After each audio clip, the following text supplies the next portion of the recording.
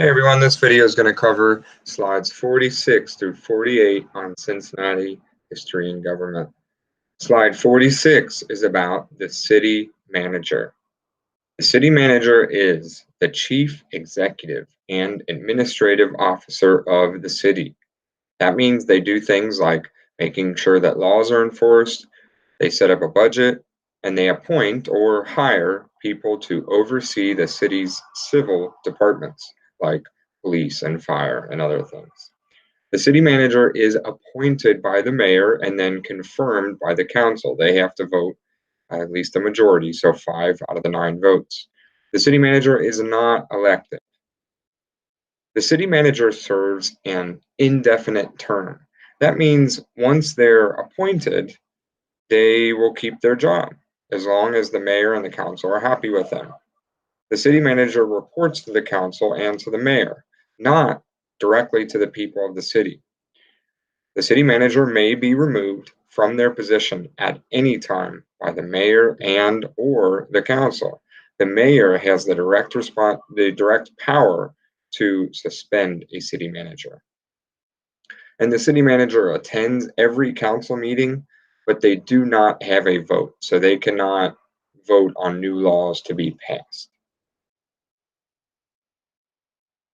The current city manager of Cincinnati is Patrick Duhaney.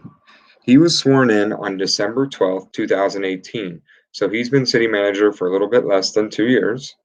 He is the city's 16th city manager.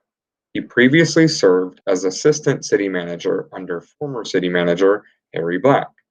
He is a veteran of the U.S. military. He was in the Army, and he is a graduate of Cleveland State University, where he got a Bachelor of Arts in Sociology and Urban Studies. And then he went to the University of Cincinnati, where he got a Master's in Community Planning. So, why a manager? This is something we haven't talked about in government yet.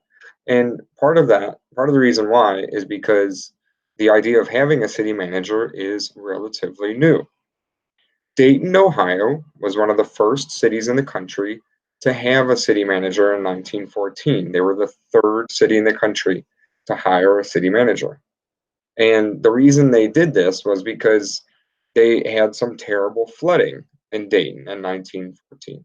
So they wanted to hire a civil engineer basically to oversee the cleanup and make sure that it didn't happen again. So they wanted to do something quickly. They didn't want politics to get involved, and they wanted to make sure they hired somebody who would know what they were doing. That's why Dayton did that. And then this idea got more popular, and many cities across the country now have a city manager. A city manager is more like a CEO or a CFO than a mayor or president. Remember that a CEO or a CFO are people that are in charge of a business. The city manager is expected to run the city like a business and not get involved in politics. So there are some pros to having a manager. So, for example, the person will be hired on their qualifications. We're not going to worry about their political history. We're not going to worry about what kind of party they belong to. We're not going to worry about their positions on policy issues, like if they're pro-choice or so on and so forth. We just want someone who is qualified, who knows how to do the job and can do that. Also, the city manager ends up having a lot of power, so which makes them it gives them the ability to act quickly and solve problems. And they also don't have to run for re-election every 2 years or every 4 years, which does again save them some time and allows them to focus on their job. There are definitely some cons to having a city manager. So the city manager ends up getting a lot of power and might abuse it. And because they do work for the government and so much of their, pay is based on their job, and then they're going to be worried about making the government happy, and they're probably going to be worried about making businesses happy, not the people sometimes, which obviously in a democracy is not a good thing. So just as an example of that, there can be issues with city managers. Harry Black was our former city manager.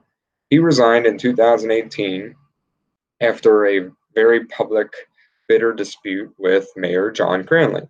He claimed, among other things, that Mr. Black had a substance abuse problem, um, and there were other issues that he brought up as well. And remember that the mayor does have the ability to suspend the city manager. So um, after this dispute, Mr. Black did move on, but not before settling with the city for about $375,000 because he felt that his dismissal was unfair. So there are definitely good things and bad things to having a city manager. Okay, folks, that's it for the slides today. Use that information to answer the questions. Good luck.